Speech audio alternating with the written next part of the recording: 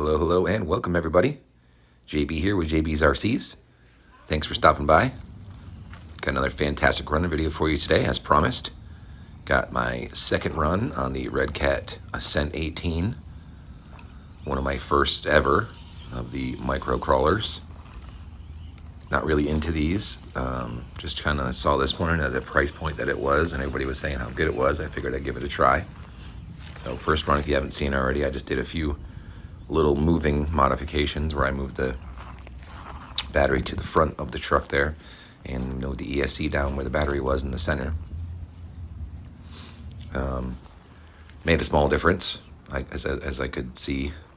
And for this run, we're out at Scale Mountain, hanging out with Ian's RCs, of course.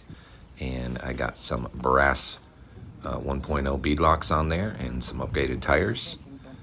There's some no names that they had at the shop. I just really liked the wheels that they had, those brass wheels. I knew it needed those, so while I was there, I was gonna get tires because the stock ones on this are glued. And the only ones they had were these little no names. They actually work pretty good. The rubber's a little stiff. It's about the same stiffness as the stock rubber, just a different tread pattern. But it did make a huge difference. Definitely more planted, especially where you want it, where the wheels are touching, you know, all that weight right on the wheels. Made a big difference. And this is at, again, Scale Mountain. So this little course here is actually an 18th 24 scale course they have set up. And one of the little spots, most of the stuff is 10th scale around. Later on, we'll get into a little of that 10th scale. But yeah, other than that, still stock. Still running stock servo, stock axles, suspension links, drivetrain, all that stuff. I just have a smaller battery in there. It's a 450 milliamp hour, so it fits under that hood a little better than the stock 750. And I have that all the way up in the front, of course, like I said, and move the ESC down in the middle of the chassis. Really easy to do, and there's plenty of space and room up there for all of that stuff to happen. But yeah, very happy with this little upgrade. Definitely a first for most of my RCs when I'm doing crawling is some nice heavy wheels. And tires, of course. I'll probably get another set of tires for this. Like I think I really want the J Concepts landmines. I know they're one of my favorites for the 10 scales that I have. So maybe hope enough to do a big, make a big difference or do a great job on these little 18ths and 24s. We come up here very often. Again, 18th scale for this. I know they're pretty similar for the most part. 18's just a little bit bigger than 24s, but bigger enough that it makes a difference. So I can do some stuff to this, I think, and we're gonna make it perform real well. Finally got my foot in the door. Now granted, if you did watch my videos years ago, I did have a few of those WPL 16th scale crawlers back then, and those were pretty small. I had an RTR and a kit one that I built, and they were, you know, years ago it really wasn't that popular having the smaller stuff, and with 16th scale again, all these different scales, you need different sizes of things, you know, all the drive shafts are different lengths and thicknesses, and the links are different lengths and thicknesses, and different size wheels, so it was really hard. I know they had a metal gearbox upgrade back then that I did, and it was metal drive shafts, and you could get the metal axle housings for those, and they had metal axles and all that stuff inside of the housings, so that was pretty decent.